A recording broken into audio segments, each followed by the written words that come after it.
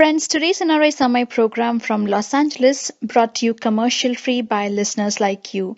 Your generous donations make possible for us to stay commercial free, and today's show is pre-recorded.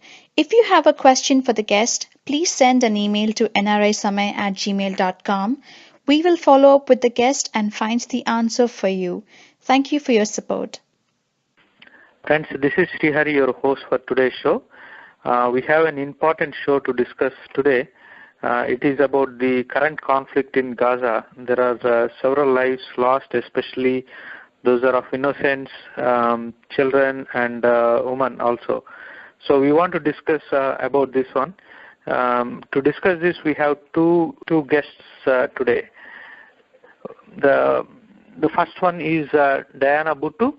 She is a Canadian-born, Stanford-educated Palestinian.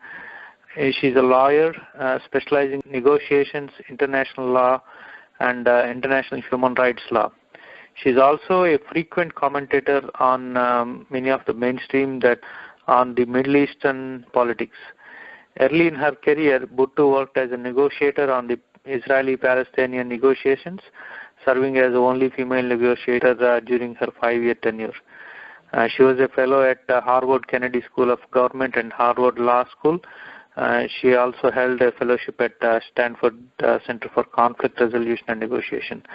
Later in the show, we'll be joined with Jordan Elgrably, one of the organizers of LA Jews for Peace. This organization has been protesting in front of Israeli consulate in Los Angeles to demand for peace in Gaza. So first we are joined with Diana Buttu. Diana Buttu, welcome to NRI Summit. Thank you very much for having me. Diana, I know this goes back centuries, but we want to capture what's happening right now in Gaza, what's the conflict. Before we start that, could you tell very brief about what the Palestinians and Gazans do, what is their lifestyle, and on a day-to-day basis, how are they dealing? Well, so first I want to just say that this hasn't been going back for centuries. This started in 1948 when Israel ethnically cleansed Palestinians from their home. And so if you look at the Gaza Strip, which is a very tiny piece of land, it's 40 kilometers in length and 12 kilometers wide at its widest point. It's actually a very small parcel of land, and yet it's home to 1.7, nearly 1.8 million Palestinians, making it one of the most densely populated places on earth. And the reason it's so densely populated is because 80% of those people who live there are refugees who've been kicked out of what is present-day Israel. So you ask the question about what is it that people do. Well, because Israel remains in control over this area, it controls the air, it controls the sea, it controls all of the land crossings, there is a very high rate of unemployment. And not only a very high rate of unemployment, but a very high rate of people who are food dependent on the United Nations organizations for food.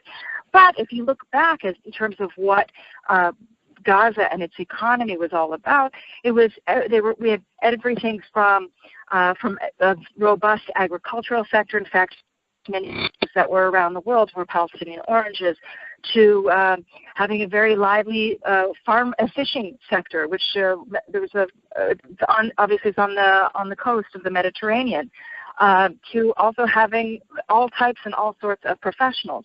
Unfortunately, however, with this blockade that has been placed on the Gaza Strip by the Israelis for more than 7 years, and another type of blockade that's been in place for nearly 30 years, the Gaza Strip has been completely cut off from the rest of the world.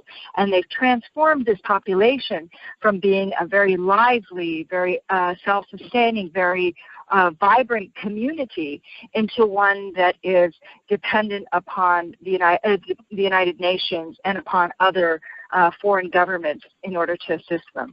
I see. So what are the kids doing? Are they going to school, or what percentage of them are going? And what about the young kids, like college-going kids? Are they Are there any colleges, or do they flee out of the country? Do they need to? Do they get visas to go to other countries like U.S.? Well, actually, the population itself is a very young population. 43% of the population of the Gaza Strip is under the age of 14. And more than 50% of the population is under the age of 18. So you're talking about a very young population there. Now, do we have universities? Yes. We even have universities of higher learning, and in other words, like postgraduate degrees.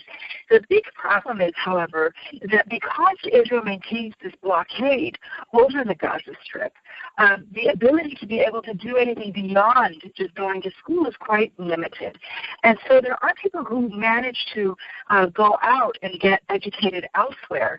But as we've seen in the past, even that Israel has blocked. There have been a number of Palestinians who received Fulbright scholarships to the United States. And Israel has blocked their travel one way or another from being able to get to the United States. So at the end of the day, they're living on under a very brutal military occupation, a brutal military regime that seeks to actually destroy them. And this is why it has become so vital that we begin to focus on what the Israelis are doing. When you see that 250 children have been killed in this latest 3 weeks of attack, when you see that there have been playgrounds that have been wiped out, when you see that there are little children playing on the beach, playing soccer on the beach, and get hit by missiles and killed, then you begin to question what it is that Israel wants to do with this young population. And to me, the answer is clear, which is they want to completely make sure that this young population has no means for survival. That is very sad. According to you, what has caused this recent conflict, which is, as you mentioned, killing hundreds of people? What kind of triggered it, and how do you see it playing out going forward? Well, the way that it all started was that Gaza has been under military siege now for quite some time. And about a month and a half ago, 6 weeks ago, 3 Israeli settlers were kidnapped and later found dead in the West Bank, in an area that Israel controls entirely, security-wise. Israel came out immediately and blamed the killing of these 3 Israelis on Hamas, even though they had absolutely no evidence to substantiate it. And what has since been found out, and since admitted by the Israelis, is that those 3 were not, in fact, killed by Hamas. Now, during the period that they were alleging that Hamas was involved, the Israelis carried out a series of attacks both on the Gaza Strip and in the West Bank, including arresting more than 500 people, including parliamentarians. They arrested people who had been released in a prisoner exchange back in 2011, again without any evidence. They demolished 3 homes, again without any evidence that people were involved, and they ransacked more than 2,000 homes, plus killed another 11 Palestinians, including 3 children. Now, as this was occurring, the Israelis then launched a series of airstrikes against the Gaza Strip, killing 2 Palestinians, including a 10-year-old child. Now, in all of this, that all happened before Hamas fired a single rocket. And yet, now that Hamas is trying to defend the Gaza Strip from Israel's onslaught, we've seen the type of weaponry that this army has used. Everything from some types of weapons that have chemicals in them, not chemical weapons, but weapons with chemicals in them, to white phosphorus, to flechettes, to dropping more than 6,500 ton bombs over the Gaza Strip, to wiping out entire neighborhoods of the Gaza Strip. As it currently stands, more than 44% of the Gaza Strip, a very tiny piece of land, as I told you, is completely off limits to Palestinians, and there are more than 200,000 Palestinians who are currently displaced from their homes. This is a humanitarian crisis and a political crisis of extraordinary proportions. And the problem is that there is no international leadership to take the Israelis on and to demand that they completely stop. as you mentioned about international response, how has it been so far? We know U.S. is backing Israel, but what about the other countries who are supporting Palestine? What about the Gulf countries? And we recently know that there's a voting in UN, and India has backed Palestine. So overall, how has it been so far? Overall, it's been very sad. We are in a very sad state of affairs. The issue of Palestine makes every single country hang their heads in shame. Every country that supports Israel hang their heads in shame. And I say this because the reaction to Israel's aggression has been to completely ignore what Israel is doing and instead demand from the occupied, dispossessed refugee child population that they stop being killed rather than demand from Israel that they stop doing the killing.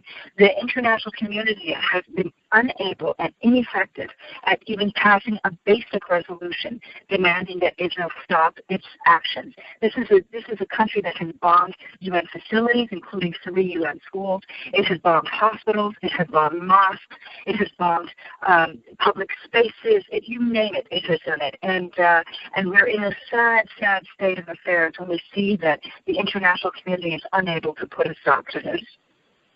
And so how now? I mean, Hamas is in the government, and how are people satisfied with Hamas so far at this current time? Well, we don't know. I think the big thing is that we need to have elections, and everything, of course, becomes clear at the ballot box, just as it does in India and in other places around the world. But Israel cannot come in and try to replace Hamas or get rid of Hamas, because Hamas is a legitimate political movement within the Palestinian sector. You can't simply ignore them. You can't simply will them away. They're there, and they're there to stay, whether you like them or not. I'm not a member of Hamas. I've never voted for Hamas. Right. But as far as the international community is concerned, is Hamas one of the problems when they try to come to the table, or do you think that's not as big as the other issue? The big issue is that Israel's the party that is refusing to abide by international law. Israel is the party that says that it will not sit down and party that is the superpower. It has a nuclear weapon, and Israel is the party that is using this superior military might to try to bring Palestine to its knees. At the end of the day, if we want to see peace, and I believe in moving forward, we are going to have to hold Israel accountable. If not, then it shows that the international system is a farce. So to the piece that you mentioned, what would be the biggest milestone or the path? I'm not talking about just the peace for next ceasefire. I'm talking about more long term. What would be the maybe 2 or 3 steps that needs to be taken? The main thing is that we have to get to the root causes of this. And the root cause is the fact that Palestinians have been denied their freedom for 40 years. And unless and until Palestinians are given their freedom, then we are unfortunately going to see this continue for a very long period of time. Just as Israel demands that it be allowed to live in security, so too Palestinians should be allowed to live in security and in freedom. And Israel's military occupation is not bringing us anywhere closer to that, and neither is the unconditional support that the United States is giving to Israel. If we want to be serious about peace, it requires that Israel completely end its military occupation, get out of our land, and allow the Palestinians to live in freedom and in dignity. Right. And one last one, from the international community, for example, a lot of Indians are listening to this, and not just Indians but other folks. What is your message? What is that they can do? What the Indian community can do is a number of things, and the most important of them is that they can be supporting the Palestinian call to boycott everything that is Israeli, whether that's Israeli goods, Israeli academic institutions, Israeli cultural institutions, anything that is linked to Israel and the Israeli completely boycotted. And the Indian government should be pushing for this massive boycott, as well as pushing for sanctions on Israel, as well as pushing for a complete arms embargo on Israel. All right. I thank you very much, and thanks for your time and a lot of information that you shared. Thank you. My pleasure. Thank you. Friends, NRI Samay is a non-profit independent alternate media from Los Angeles, USA, which brings positive stories from grassroots activists from all corners of India and across the world. NRI Samay does not rely on corporate funding, and our shows are commercial free. We only rely on your donations. Corporate funded media is driven by the TRP rating, and profits are blurring the distinction between news and entertainment. Why do our news channels talk so much about cricket, movies, accidents, popular figures' personal lives, babies of heroines, gossips, etc., while they should be covering the struggles of people, inequality in our society, rural issues, and border security issues? Why did our media raise some corruption crusaders to the sky on one day and shut them off completely when graft charges were raised on those corporate sponsors? Media relies so much on the corporate funding and government blessings that they cannot report independently. NRI Samay is different. We don't accept funds from any corporations, and hence our shows are commercial free.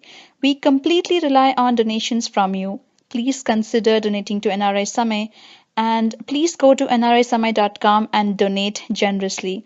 This is the only way together that we can continue NRI Samay. All donations are kept transparent on nrisamay.com.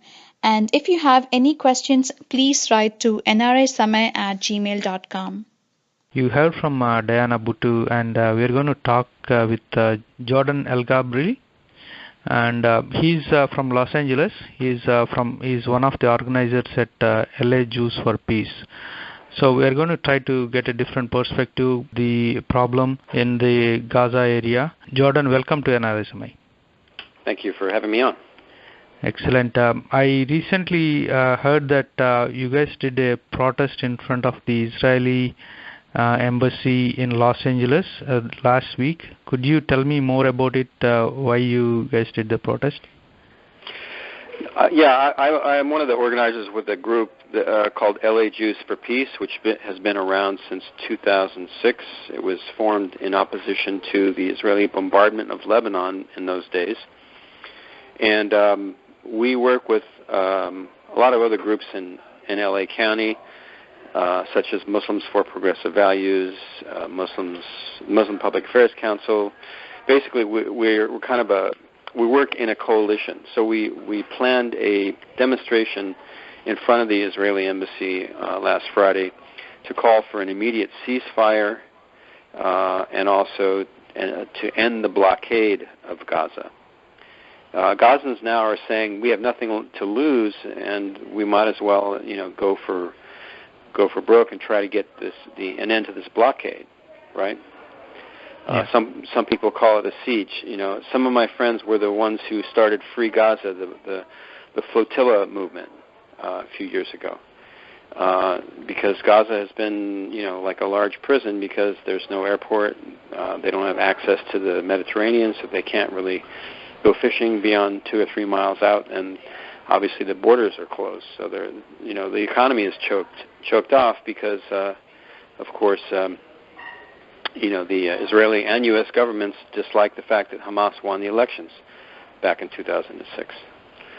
So anyway, fast forward to 2014, and once again, this is the third so-called war, and it's not really a war because it's an asymmetrical conflict where one side has F-16s and Apache helicopters, tanks, bulldozers, all kinds of large, heavy weapons, and the other side is a ragtag bunch of militants with some missiles that barely work and some light arms. So it's also such a huge disparity in terms of the number of fighters, and the people that are losing are all these civilians. So I mean, I'm just shocked every day by the brutality of it, and I know a lot of Americans are too. We've seen in the last few days Mark Ruffalo, the actor, and John Cusack, and just a bunch of people in Hollywood who normally don't have the nerve to say anything that could be critical of Israel because they want to work in Hollywood. And a lot of American politicians don't want to say anything too critical of Israel either because they seem to depend on election dollars from the American Israel Political Action Committee, AIPAC. So, you know, there in the United States there isn't a lot of criticism of Israel. Not enough, but in this case, it's the brutality of the so-called war is so extreme. I'm shocked and troubled by the fact that they're actually bombing hospitals, schools, and ambulances when you can't do that in war. I mean, it's according to the Geneva Convention, which Israel signed. You can't bomb those places. They should be off limits, right? Yeah, absolutely. And in fact, you talked about the response in U.S. I think recently there's more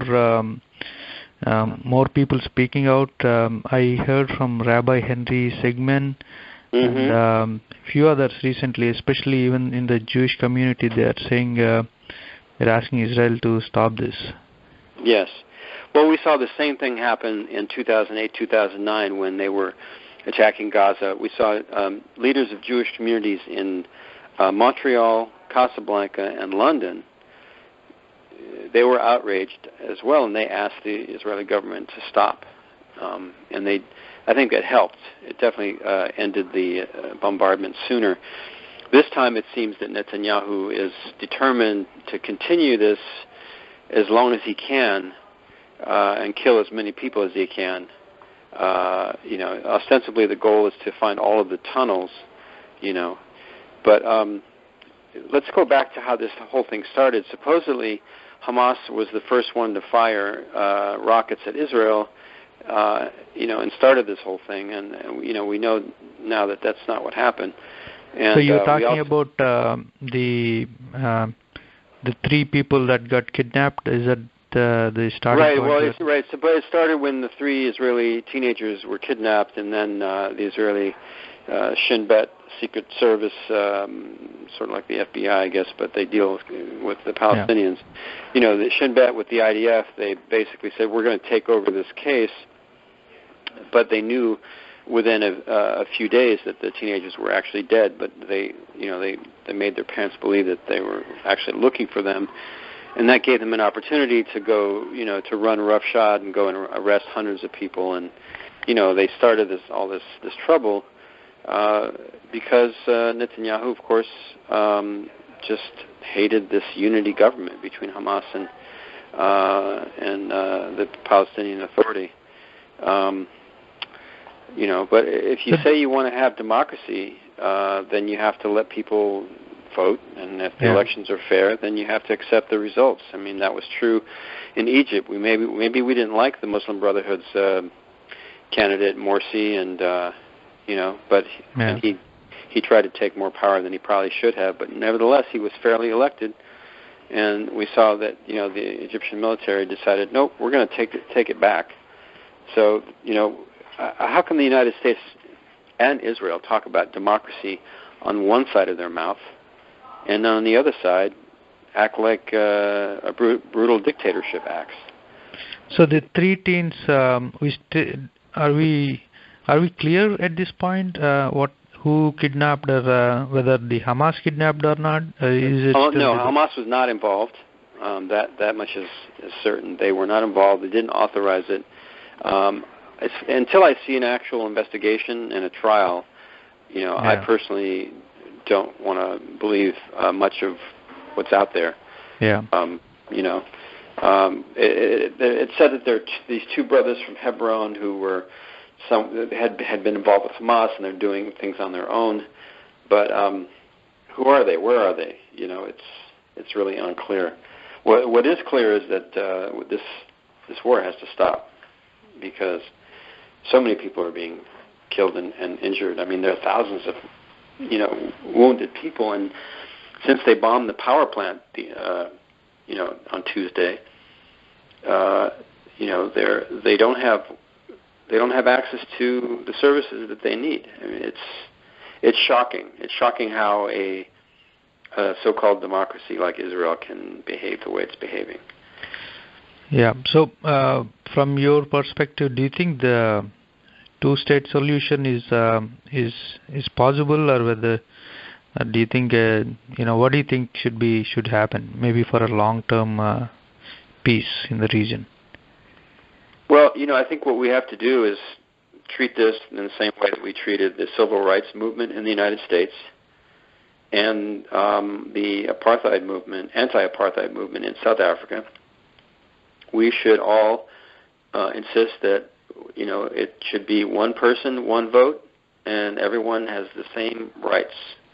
We have a Constitution in the United States. You also have the Universal Declaration of Human Rights. Those are two model documents that can be used, and I believe that only nonviolent methods have any chance of succeeding, because we can see that there is no military solution to this conflict. The Palestinians, whether it's Hamas or the PLO or any other group, they are never going to succeed in beating Israel militarily, and Israel is not going to succeed in getting rid of the Palestinians unless it brings justice. So let's stop with all the rockets and and terrorism and suicide bombing. That doesn't work.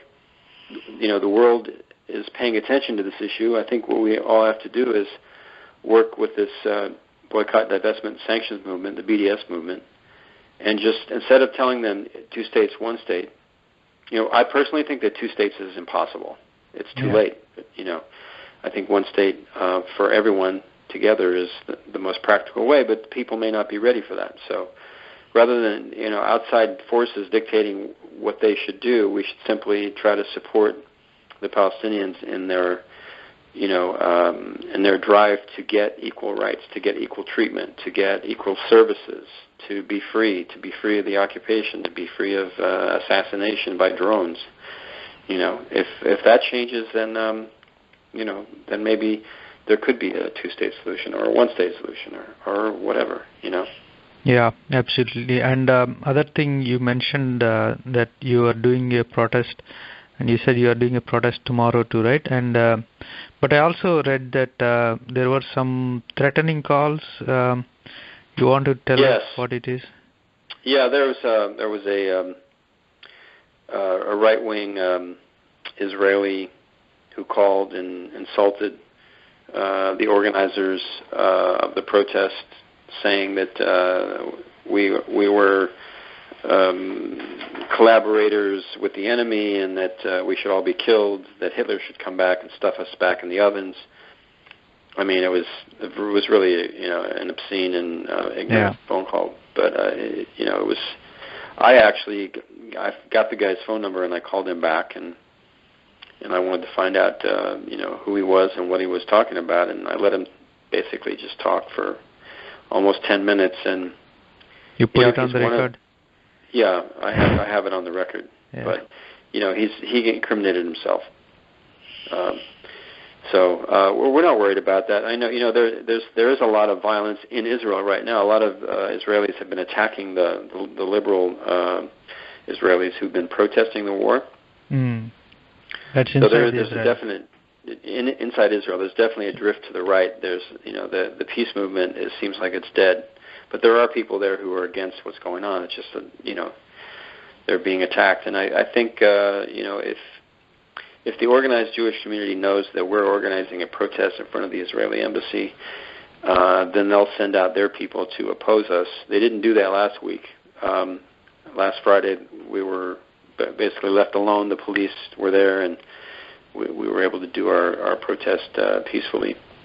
That's the plan also for tomorrow. We'll be there from 12 noon until 2 p.m.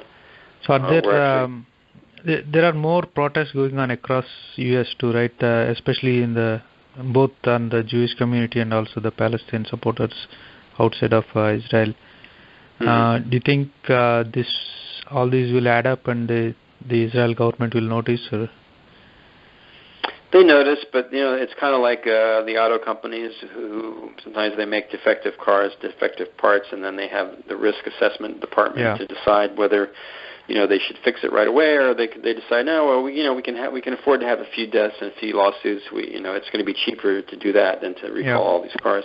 And Israel's the same thing. They do a risk assessment. And, how bad is our image going to be after this? Oh, we can afford it. We need to go after this. I'm not behind those closed doors when they have these cabinet meetings with the military, but I don't think they really care what anybody thinks, because I think that Israel acts like it's a rogue government. It certainly doesn't worry too much about what the U.S. is going to do. I think they feel assured that the United States government is in their pockets, and that's a shame. That in doing our programs, we should be looking at the role of the U.S. government in all of this and calling it to account. I know people are actually calling their congressmen and senators over this, complaining that the U.S. should pressure Israel to stop. Yeah. Okay. I really thank you for spending the time and explaining. Is there anything else you want to say before we wrap it up? Well, I know that there's going to be a weekly conversation series. I don't know where your listeners are, but if you have listeners in Southern California, there's a cultural center called the Levantine Cultural Center in Los Angeles, and there's going to, in August, every Wednesday night in August, they are hosting a conversation series about this particular crisis, and there'll be a number of special speakers, Israelis. Is there a website or a Facebook page where this information is posted? Yeah, it's on Facebook under the events, and it's called The Crisis This Time, Conversations on Israel-Palestine. So crisis this time on it's The Crisis This Time, Conversations on Israel-Palestine. That's the series. Yeah. Okay. Yeah, I'll put out that information as well. So thank you very much, and thank you. Hope you guys will have success in bringing peace. That's all we want. Thank you. Thank you. Bye. Friends, if you liked today's show, please go to youtube.com/NRI Samay and click on the subscribe button. You will get notified every time we publish a new show. And you can also like us on our social media sites like Facebook, Twitter, and Google+.